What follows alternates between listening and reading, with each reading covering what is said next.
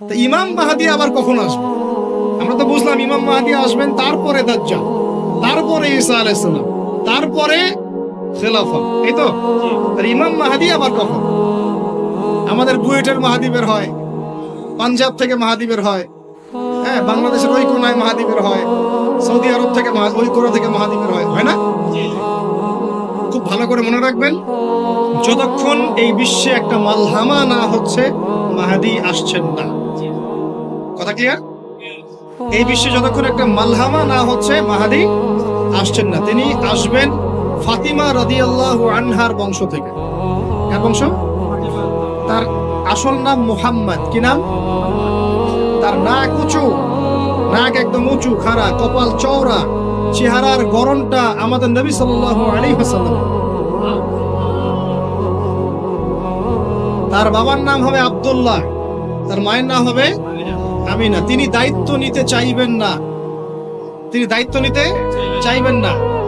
তিনি দায়িত্ব না নেওয়ার জন্য মদিনা থেকে পালিয়ে মক্কায় চলে আসবেন। ভয়ে আমাকে দায়িত্ব দিও না, এই ভয়ে। ও তিনি আরবি ভাষায় কথা বলবেন, বাংলা ভাষায় না। এখনকার মাহাদিরা পাঞ্জাবি ভাষায়, বাংলা ভাষায় কথা বলবেন, ঠিক আছে?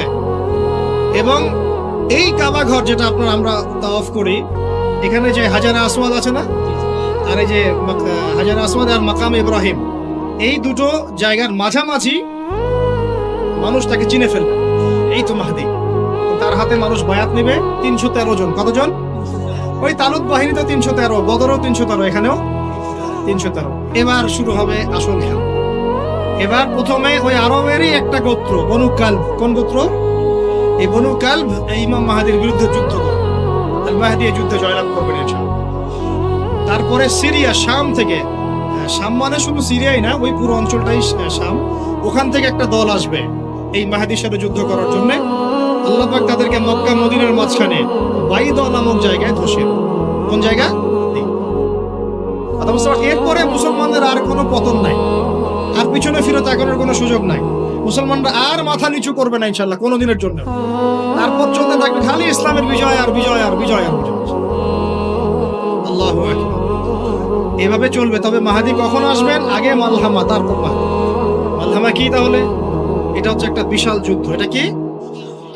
কেমন যুদ্ধ? নবীজি বলেছেন, এই রোমকরা, ইউরোপিয়ানরা তোমাদের সাথে অচিরেই চুক্তি ভঙ্গ করবে এবং 80টা পতাকা নিয়ে তোমাদের বিরুদ্ধে ওরা যুদ্ধ করবে। এই মালহামাটা হবে ইরাকের ফোরাত নদীর নিচেই হোক আর পাশেই হোক, আল্লাহ ভালো জানেন। ওখানে সোনার পাহাড়কে কেন্দ্র করে। কি কেন্দ্র করে? এই সোনা মানে সত্যিকার সোনাও হতে পারে, অথবা তেলও হতে পারে, আল্লাহ ভালো জানেন। তেল তো এখন সোনার জায়গা দখল করেছে, করে নাই? এই বিশ্বে তো সোনা চলে না, কি চলে? তেল। তো এটাকে কেন্দ্র করে যুদ্ধ হবে। নবীজি বলেছেন ওই যুদ্ধে এত ভয়াবহ হবে যে 100 জন যোদ্ধার মধ্যে 99 জনই মারা যাবে না। একটু মাথা খাটান যে এমন কোন যুদ্ধ কি হয়েছে পৃথিবীতে যেটাতে 100 জনের মধ্যে 99% মারা গেছে? তার মানে এটা হয়নি এখনো। আর একটা যুদ্ধে এত পার্সেন্ট মানুষ কিভাবে মরতে পারে? যদি সেটা ঢাল তলোয়ারের যুদ্ধ হলে কি মরতে পারে? নিশ্চয়ই এমন কোন অস্ত্র সেখানে প্রয়োগ করা হবে যাতে একাধারে অনেক মানুষ তাড়াতাড়ি মারা যায়। এটা এই অস্ত্র এখনকার যুগের কি অস্ত্র? নিউক্লিয়ার ওয়েপন্স হতে পারে, হতে পারে যদি এই যুগে সেটা হয়। আর যদি আল্লাহ পাক এটাকে আবার পূর্বের অবস্থায় নিয়ে যান, সেটাও হতে পারে, আল্লাহ ভালো জানেন। আমরা এটাকে ইন্টারপ্রিটেশন বলছি, এটা সঠিক হতে পারে, বেঠিক হতে পারে, অ্যাটলিস্ট একটা ধারণা তো পাচ্ছি।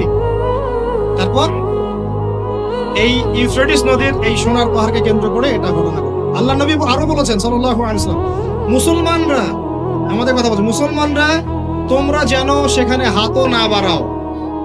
কোন মুসলমান যেন ওই সোনায় হাতও না বাড়ায়, মানে ওই দিক থেকে আমরা যেন সম্পূর্ণ মুক্ত থাকি। ওরা মারামারি করে শেষ হয়ে যায়, বিশ্বটা হয়তো সংক্ষিপ্ত হয়ে আসতে পারে। যদি এরকম কোনো ম্যাসিভ নিউক্লিয়ার যুদ্ধ হয়ে যায়, যেটার আশঙ্কা অনেকেই করেন, মিলিটারি অ্যাফেয়ার্স যারা করেন তারা করেন, পলিটিক্স যারা করেন তারা করেন, এবং এই জায়নিস্টরা চাচ্ছে, এই জায়নিস্টরা খুব করে চাচ্ছে বিশ্বে এমন একটা যুদ্ধ লাগুক।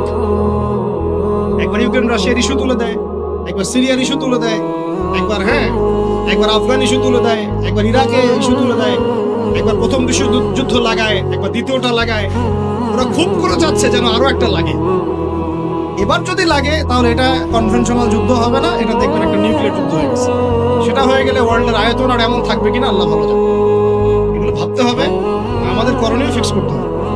আর আমরা কি করছি বললাম, ওই যে নেইমার দিকে ফুটবল খেলছি। আমরা কি করছি, আমরা মাশাআল্লাহ তেল বিক্রি করছি ওদের কাছে, আমরা ওদের কাছ থেকে পেট্রো ডলার চুক্তি করেছি, ওদের সাথে বন্ধুত্ব করার চেষ্টা করছি। আর আল্লাহ পাক কোরআনে বলেছেন লা তাত্তাখিযুল ইয়াহুদা ওয়ান নাসারা আউলিয়া, ওই আয়াতটা থাক, ওটা খালি তেলাওয়াতের জন্য, আমল করার জন্য না। আমার কথা কি বুঝতে পারছেন? ওলামায়ে কেরাম তো নিশ্চয়ই বুঝতে পারছেন। তো এখন আমি যে বললাম যে সুদভিত্তিক অর্থনীতির সাথে আমরা যেন সম্পৃক্ত না হই, হারাম না খাই, ঘুষ না খাই, বা হারাম রিজিকে না যাই, তাহলে ইবাদত কবুল হবে না। আদতে আমরা সবাই কোনো না কোনো ভাবে সুদ খাচ্ছি, কারণ পুরো সিস্টেমটাই সুদভিত্তিক। এখন এখান থেকে আমাদের উদ্ধারের পথ কি? একটা আয়াত আমি বলতে চাই, যেটাতে আপনি আশ্বস্ত হবেন কিছুটা।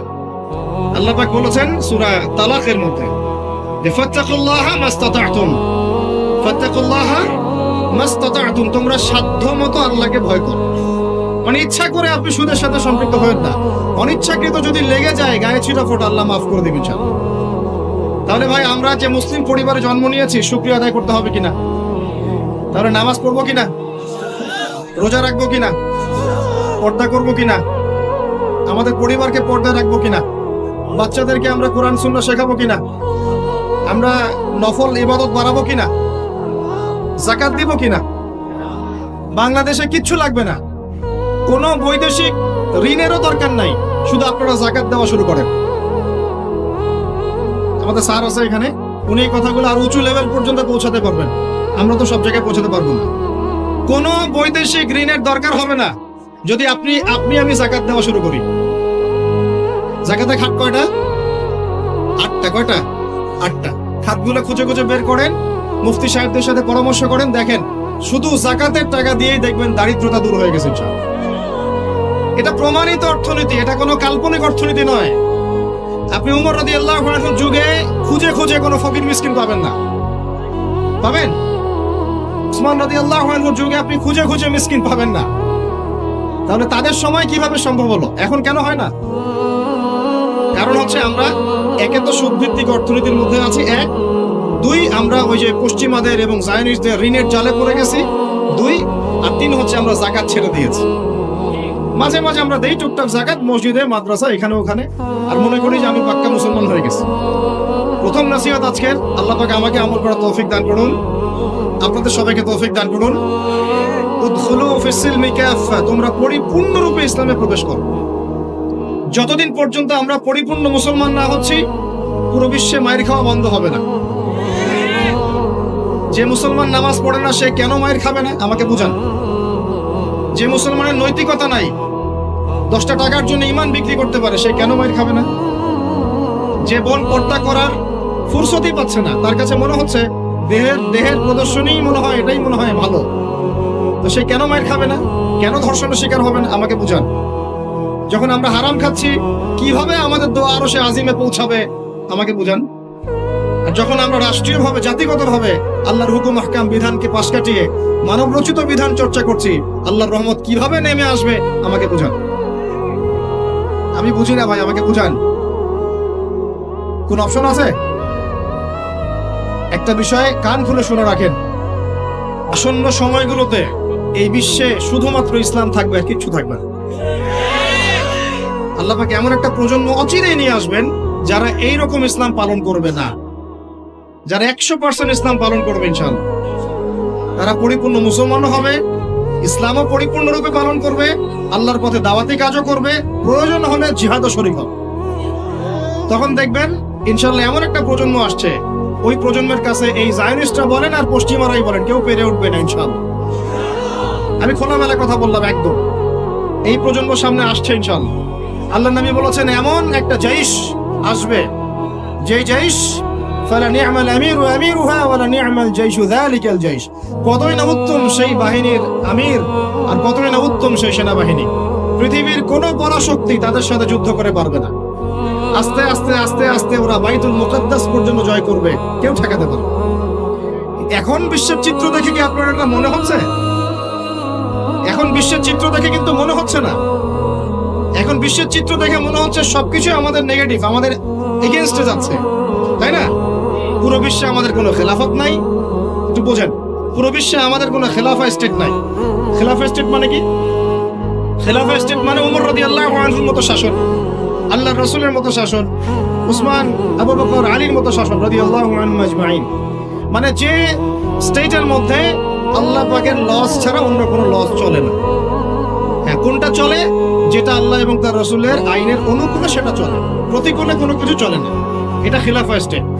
সেখানে যে আমির বা যে নেতা, সে আল্লাহর কাছে জবাবদিহিতায় বাধ্য, জনগণের কাছে জবাবদিহিতায় বাধ্য না। আমি কথা বুঝতে পারছেন? সেখানে বেশিরভাগ মানুষ কি বললো সেটা বড় কথা না, আল্লাহ এবং তার রাসূল কি বললেন সেটা বড় কথা। মানে বেশিরভাগ মানুষ যদি বলে সুদ হালাল, তার মানে এই না যে হালাল হয়ে যাবে। বুঝতে পারছেন কথা? আর বেশিরভাগ মানুষ যদি বলে মদ হালাল, তার মানে এই না যে মদ হালাল হয়ে যাবে। মনে করে আপনি ভোটাভুটি দিচ্ছেন, ভোটাভুটি করছেন, এখানে বেশিরভাগ বললো যে মদ হালাল হোক, খাওয়া যাবে, ভালোই তো, বেপরদায় চললে ভালোই, আমরা মেয়েদেরকে দেখতে পারলাম, নাউজুবিল্লাহ। তারপরে সুদ হালাল হলে কি সমস্যা? সবাইকে আমরা খেলে কি সমস্যা? তো এখন বেশিরভাগ রায় এদিকে পড়লো, আর এই 10-5টা মুসলিম মিসকিন তারা বলছে না, এগুলো হারাম। খিলাফা স্টেট মানে হচ্ছে ওই 10 জন মানুষের রায় গ্রহণযোগ্য হবে, এই 100 জনেরটা হবে না। কথা বুঝতে পারছেন কি? পারছেন না? একটু শোরগোল করেন না, একটু মনোযোগ দেন।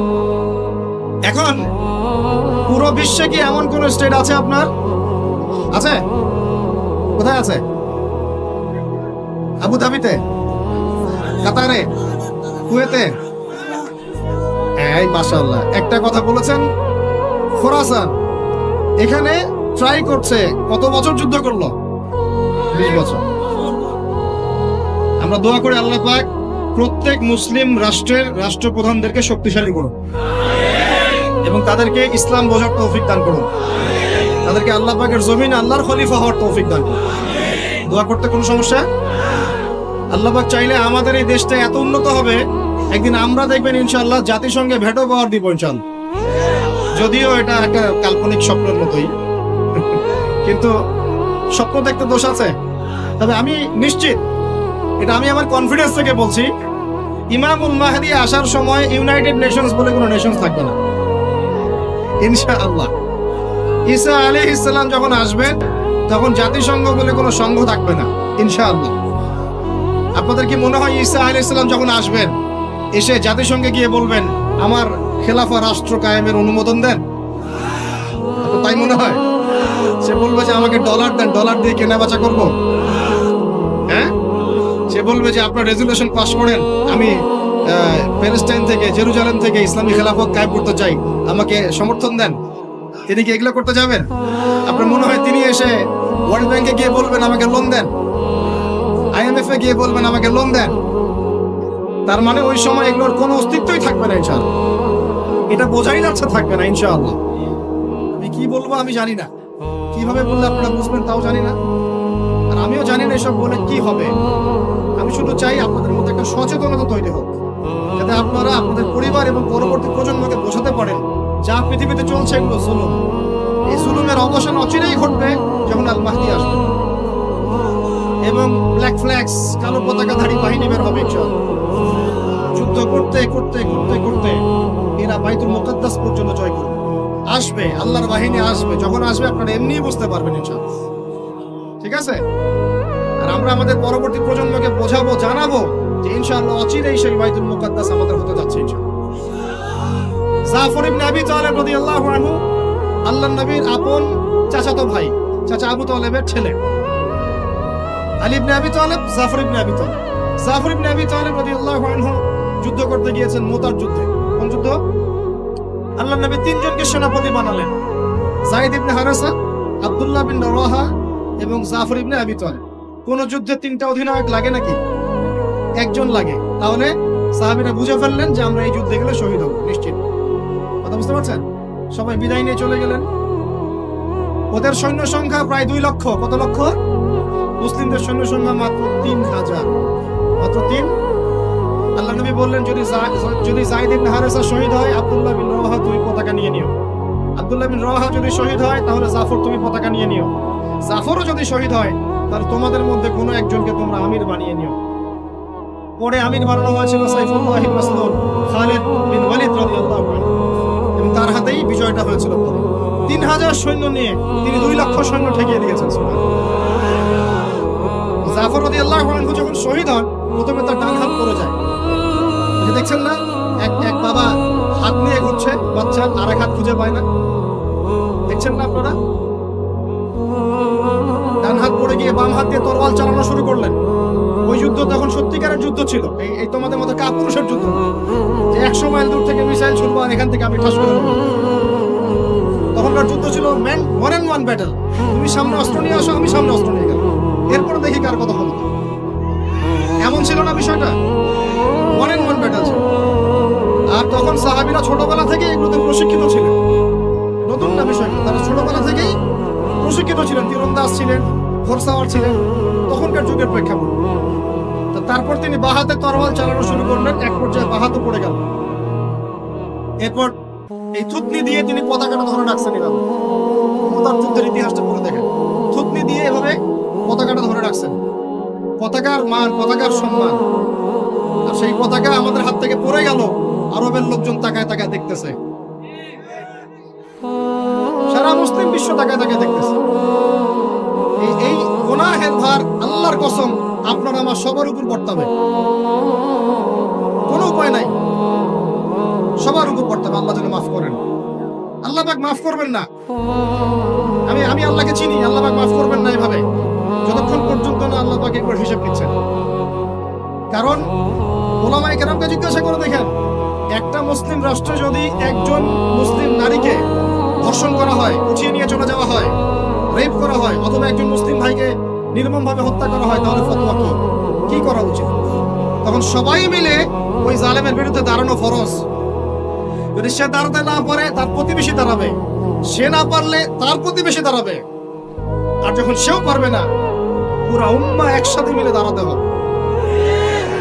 সেটা কি হয়েছে? করতে পেরেছি? পতাকা ধরে রাখলেন এইভাবে, পতাকা পড়তে দিলেন না। এক পর্যায়ে এক কাফেরের তরবারের আঘাতে তার শরীরটা দ্বিখণ্ডিত হয়ে গেল। এদিকে মদিনায় নবী সাল্লাল্লাহু আলাইহি ওয়াসাল্লাম খবর পেয়ে গেলেন। খবর পেয়ে বলছেন, এইমাত্র জাফর শহীদ হলো, এইমাত্র জাফর শহীদ হলো। সুবহানাল্লাহ। তখন তিনি, তার চোখ দিয়ে পানি পড়ছে, তিনি জাফরের বাসায় চলে গেলেন, ছুটে চলে গেলেন জাফর ইবনে আবি তালিবের বাসায়। তার ছোট ছোট বাচ্চা ছিল। আপনার আমার বাচ্চা নাই? ছোট ছোট বাচ্চা, তাদেরকে বুকে জড়িয়ে কান্নাকাটি করছেন। সাহাবীরা বলছেন, ইয়া রাসূলুল্লাহ, আপনি আল্লাহর রাসূল হয়ে কান্নাকাটি করছেন? নবীজি বলেন, এটা আল্লাহর রহমত, এটা আল্লাহর রহমত।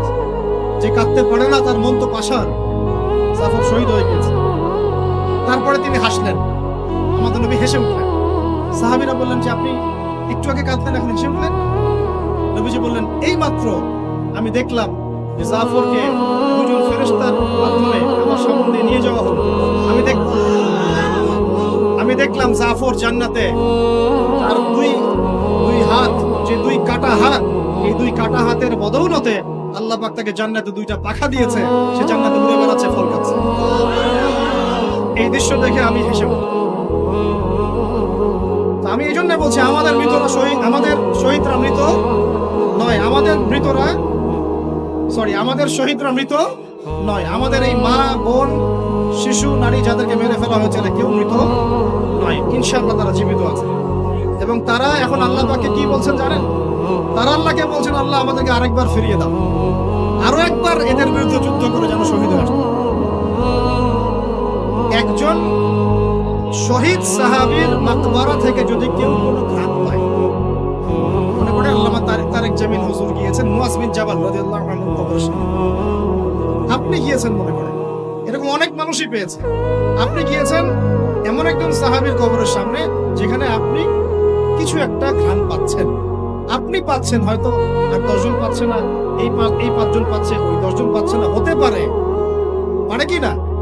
আল্লাহ পাকের কুদরত কারিশমা নাই? যে পাচ্ছে বলেই যে সে জান্নাতি, এমনও তো না। ব্যাপারটা কেমন না? ইমাম বুখারী রাহিমাহুল্লাহ ইন্তেকাল করেছেন, যখন তাকে দাফন করার পরে এত সুঘ্রাণ ছড়িয়েছে, মানুষ মাটি হাতে করে নিয়ে বাসায় আসতো, মিশকাম্বরে ঘ্রাণ বেরোচ্ছে কবর থেকে। এখনো বাংলাদেশেও বহু মানুষকে দেখা যায় যে 10 বছর আগে ইন্তেকাল করেছেন, এখনো লাশ অক্ষত আছে। এটা কি মিথ্যা কথা? এই কারিশমা গুলো নাই? তো মনে করেন একজন পেয়েছে, তো সে তার আবেগটা কিভাবে প্রকাশ করবে? সে কি বলবে যে আমি জাহান্নামের ঘ্রাণ পাচ্ছি? কি বলতে পারে? শব্দটা কি প্রয়োগ করতে পারে? ওরে বাপ রে বাপ, এটা নিয়ে যে শুরু করলো এক শ্রেণীর লামাসাবি, বেশিরভাগই লামাসাবি ছিল তারা মাযহাব মানে না, বাট শাইখ মানে অবশ্য। এটা আবার একটা পয়েন্ট আছে, কোনো মাযহাবই মানি না, আমি কোনো মাযহাবই মানি না, কিন্তু আমার শাইখকে মানি, আমার শাইখ যা বলবে তাই। আমার কথা রাগ করছেন? রাগ করেন না, এটা ভুল, এটা ভুল পথ, এটা একটা ভুল পথ। আপনি যদি মাযহাব না মানেন তাহলে আপনাকে মুজতাহিদ হতে হবে। একজন মুজতাহিদ, যে যার মাযহাব মানার দরকার নাই, সে কোরআন সুন্নাহ সব জ্ঞান জানে। আপনার তো মাযহাব মানার দরকারই নাই, আপনি তো মুজতাহিদ নিজেই। মাশাআল্লাহ, আমরা তখন আপনাকে মানব, কিন্তু আপনি তো মুজতাহিদ নন। বরং আপনি কোনো কোনো ক্ষেত্রে কোরআনও তেলাওয়াত করতে পারেন না, হাদিসের ইবারতও পড়তে পারেন না, আপনি কোনো ফিকহের মাসআলা দিতে পারবেন না। তাহলে তো আপনাকে কোনো ইমামের অনুসরণ করতেই হবে, এবং সেটা আপনি করছেন তো। মাশাআল্লাহ, আপনি শাইখকে ফলো করছেন, ওটা তো মাযহাব মানেই হলো, তাই না? আদতে যা হয়েছে, চার মাযহাবকে বাদ দিয়ে নতুন একটা মাযহাব চালু করলেন, আদতে কিন্তু এটা হলো। প্রতিষ্ঠিত মাযহাবগুলোকে বাদ দিয়ে নতুন একটা মাযহাব চালু করলেন, মাযহাবে জাকারিয়া, মাযহাবে রাজ্জাকিয়া, এরকম কিছু মাযহাব চালু করলেন, নতুন নতুন মাযহাব। এর বাইরে আপনি যাবেন। উনি যদি বলেন তালেবান খারাজি, আপনিও বলবেন তালেবান খারাজি। উনি যদি বলেন অমুক আদনানি গোষ্ঠী, আপনিও বলবেন সে আদনানি গোষ্ঠী। তাহলে আপনি তো আপনার শাইখের মুকাল্লিদ। আপনি কি যাচাই করতে পারেন আসলে কারা খারাজি, কারা এই, কারা সেই? আদতে লা মাযহাবি বলে কোনো শব্দ নাই। আমরা সবাই কোনো না কোনো মাযহাব ফলো করি। বাংলাদেশের সবচেয়ে বড় আলেমের একজনের নাম বলেন, একটা নায়কের নাম বলেন। মাশাআল্লাহ, কি বলেছেন? আব্দুল মালিক দামাত বারাকাতুহু আছে। মাশাআল্লাহ, হ্যাঁ মাশাআল্লাহ, ওনার মতো মুহাদ্দিস এই উপমহাদেশে খুব কমই আছে, ঠিক না বেঠিক? এখন উনি এত বড় মানুষ হওয়ার পরেও কি তিনি নিজে কোনো মাযহাব চালু করেছেন, নাকি তিনিও একটা মাযহাবকে ফলো করেন? এখন আপনি আমি তো কোরআনই পড়তে পারি না, হাদিসও বুঝি না, মাসলা মাসাইলও জানি না, ফিকহ বুঝি না, 2-3-4টা চটি বই পড়ে আপনি মুস্তাহিদ হয়ে গেলেন? মূলত এটা হয়ে গেল শায়েখ পূজা। কি হলো? আপনি কোনো শায়েখকে ফলো করেন, আমি আপনাকে দোষ দিচ্ছি না, নেগেটিভ বলছি না, কিন্তু আপনাকে লিবারাল থাকতে হবে, ওপেন মাইন্ডেড হতে হবে। এমন না যে সে যদি ভুল বলে সেটাই মেনে নিবেন। এখন মূল কথাটা আসেন, এই যে শুরু করলো ঘ্রাণ, জান্নাতের ঘ্রাণ পেয়েছে। আরে বাপ রে বাপ, জান্নাতের ঘ্রাণ দুনিয়া থেকে পাওয়া যায় না, এই সেই। তখন মনে হচ্ছিল যে আল্লাহ, এই মিডিয়াগুলোর চাইতে আমাদের বড় শত্রু মনে আর কেউ নাই। ঠিক আছে, নামাজের আপনাকে গুরুত্ব বুঝাচ্ছিলাম। যে কোনো মক্তবে হোক, মাদ্রাসায় হোক, ওলামা কেরাম এগুলো বুঝান, আমাদেরকে শিখিয়েছেন ছোটবেলায়। যখন নামাজ পড়বা তখন প্রত্যেকটা সেন্টেন্স সুন্দর করে বলো যে ইয়্যাকা না'বুদু ওয়া ইয়্যাকা নাস্তাঈন, স্পষ্ট করে সুন্দর করে বলো, তাড়াহুড়া করো না। এখন আপনি মনে করেন বলছেন ইয়্যাকা না'বুদু ওয়া ইয়্যাকা নাস্তাঈন, এখানে কানা বলে কোনো শব্দ আছে? বলেন তো, কথাটা বুঝেন কি? শব্দটা ইয়্যাকা, শব্দটা কি? ইয়্যাকা একটা শব্দ, না'বুদু একটা শব্দ, ওয়া ইয়্যাকা একটা শব্দ, নাস্তাঈন একটা শব্দ। তো আপনি পড়ছেন ইয়্যাকা না'বুদু, ইয়্যাকা না'বুদু, এই কানা মানে আবার কে? শব্দটা হচ্ছে ইয়্যাকা না'বুদু, ইয়্যাকা না'বুদু ওয়া ইয়্যাকা নাস্তাঈন। এখন আমাদেরকে শেখানো হচ্ছে, ছোটবেলা থেকে শিখেছি আমরা, যে সুন্দর করে তারতিলের সাথে কোরআন তেলাওয়াত করবে, যাতে প্রত্যেকটা শব্দের পার্থক্য বোঝা যায়। আপনি বলছেন, ধরেন কথার কথা, আপনি বলছেন, আমি বলছি আল্লাহু আকবার, আল্লাহু আকবার। এখন কেউ বলছে আল্লাহু আকবার, আল্লাহু আকবার, শব্দটা কি হু আকবার না আল্লাহু আকবার? একটা সৌন্দর্য আছে না? এইটাই বুঝাচ্ছিলাম যে সামিআ আল্লাহু লিমান হামিদা, সামিআ আল্লাহু লিমান হামিদা। এই বাপ রে বাপ, কি দিয়ে শুরু করলো! তখন মনে হচ্ছে সংসদে বিল পাস করা খালি বাকি রাখছে, এটা সংসদ পর্যন্ত নিয়ে যাবে, এটা মনে হচ্ছিল আমার কাছে। হায় রে বাঙালি জাতি! ভাই, মূল কথা আজকের লেকচারের, পুরো বিশ্বে আমাদের অবস্থা ভালো না, মূল জায়গায় থাকবেন, শাখা প্রশাখায় যাবেন না। আমাদের মূল জায়গা হচ্ছে পরিপূর্ণ ইসলাম পালন করব, নিজে করব, আমার পরিবারে প্রতিষ্ঠা করব ইনশাআল্লাহ, আমার বাচ্চাদের মধ্যে প্রতিষ্ঠা করব ইনশাআল্লাহ। আমরা উলামায়ে কেরামের মধ্যে কোনো বিভক্তি সৃষ্টি করব না, আমরা ইস্যু পাগল হব না, আমরা মাজলুমের পক্ষে থাকব, আমরা জালেমের বিপক্ষে থাকব। মুনাফিকদের সাথে কোনো আপোষ নাই, জালেমদের সাথে কোনো আপোষ নাই। আমরা উম্মার ঐক্যের চেষ্টা করব, বিভক্তির দিকে যাব না। আমরা হালাল খাবো, আমাদের উপরে যারাই গভর্নমেন্টে আসুক আমরা আনুগত্য করব, আমরা আনুগত্য করব, আমরা তাদের সাথে বিদ্রোহে যাব, তাদেরকে ওয়াজ নসিহত করব, বোঝানোর চেষ্টা করব এবং জাতিগত ঐক্য ধরে রাখবো। হ্যাঁ, তারা যদি সরাসরি ইসলামের বিরুদ্ধে চলে যায় তখন যা করার তাই করব, কিন্তু সরাসরি কি তারা ইসলামের বিরুদ্ধে যাচ্ছেন? যাচ্ছেন। অতএব এখানে আমরা কোনো ফাসাদ সৃষ্টি করব না, কোনো দরকার নাই ভাই। মুসলিম মুসলিম মারামারি করে এগুলো শহীদ না, মুসলিম মুসলিম লাঠি বৈঠা নিয়ে মারামারি করে এগুলো শহীদ হবে না, সাবধান, এটা সঠিক পথ নয়। তবে আমরা অবশ্যই অবশ্যই তাদেরকে নসিহত করবো, দোয়া করবো, জাতিগত ঐক্য ধরে রাখবো এবং আমাদের লক্ষ্য আমরা স্থির রাখবো। আমাদের লক্ষ্যটা কি ভাই? ওই বাইতুল মুকাদ্দাস। লক্ষ্যটা কি? বাইতুল মুকাদ্দাস। ইনশাআল্লাহ পুরো বিশ্ব থেকে আস্তে আস্তে জালেমদের পতন করবে ইনশাআল্লাহ, মাজলুমের রক্ত বৃথা যাবে না ইনশাআল্লাহ। ইনশাআল্লাহ আমাদের শহীদরা মৃত নন ইনশাআল্লাহ, তাদেরকে রিজিক দেওয়া হচ্ছে। আমরা সবাই মন খুলে দোয়া করবো তাদের জন্য। এখন কনক্লুশনে আসি, বিশ্বের এই অবস্থায় আমাদের অবস্থাটা কি একটু দেখাই, তারপর শেষ করে দিই। একটু বসেন 10টা মিনিট খালি মনোযোগ দিন। আমাদের অবস্থা কি দেখেন? পুরো বিশ্বে কি আমাদের খেলাফা আছে? বললাম নাই। পুরো বিশ্বের অর্থনৈতিক শক্তি আমাদের হাতে আছে? রাজনৈতিক ক্ষমতা আমাদের হাতে আছে?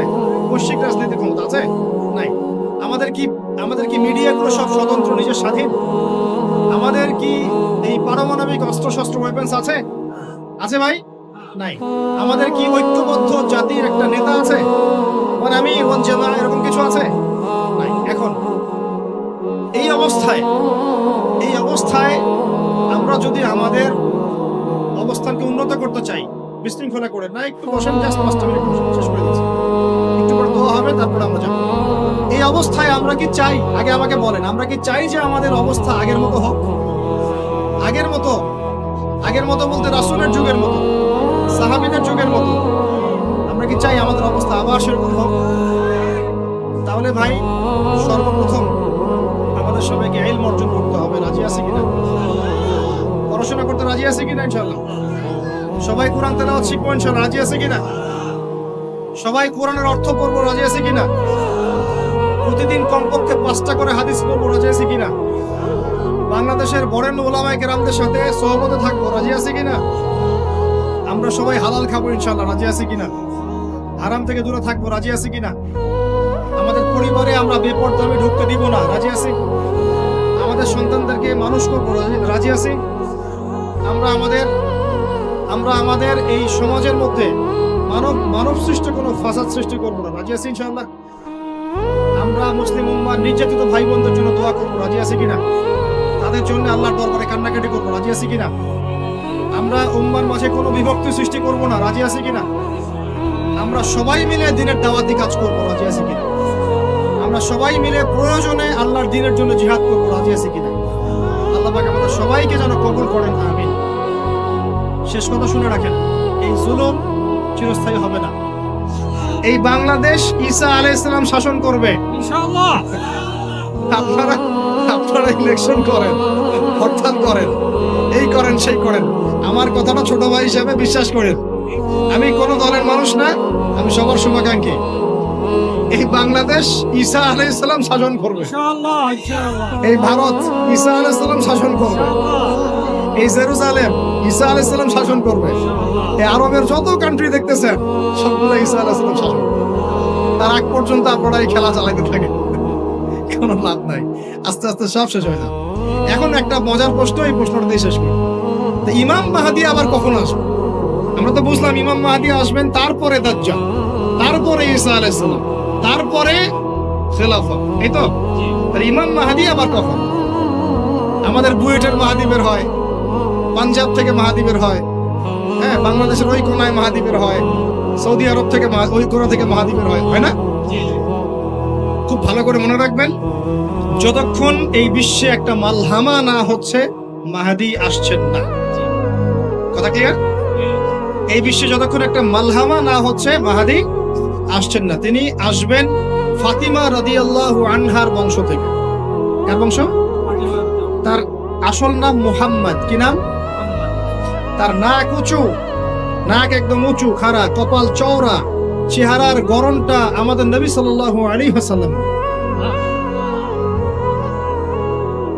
তার বাবার নাম হবে আব্দুল্লাহ, তার মায়ের নাম হবে আমিনা। তিনি দায়িত্ব নিতে চাইবেন না, তিনি দায়িত্ব নিতে চাইবেন না।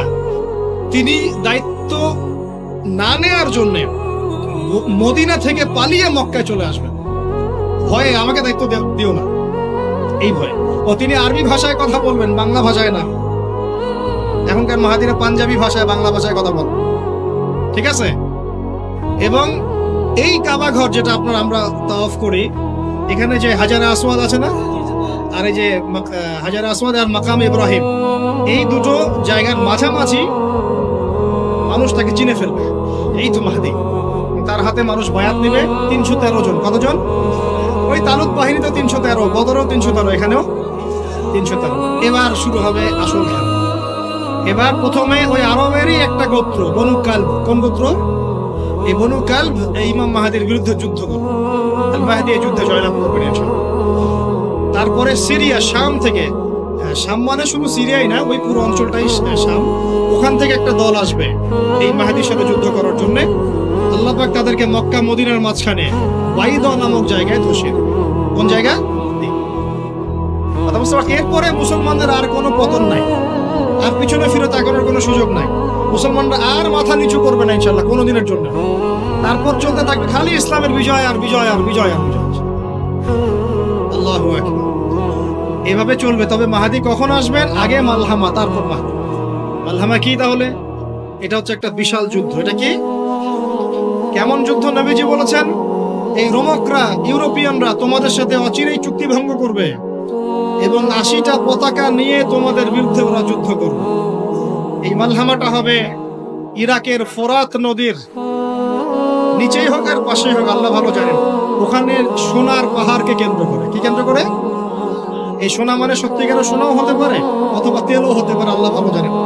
তেল তো এখন সোনার জায়গা দখল করেছে, করে নাই? এই বিশ্বে তো সোনা চলে না, কি চলে? তেল। তো এটাকে কেন্দ্র করে যুদ্ধ হবে।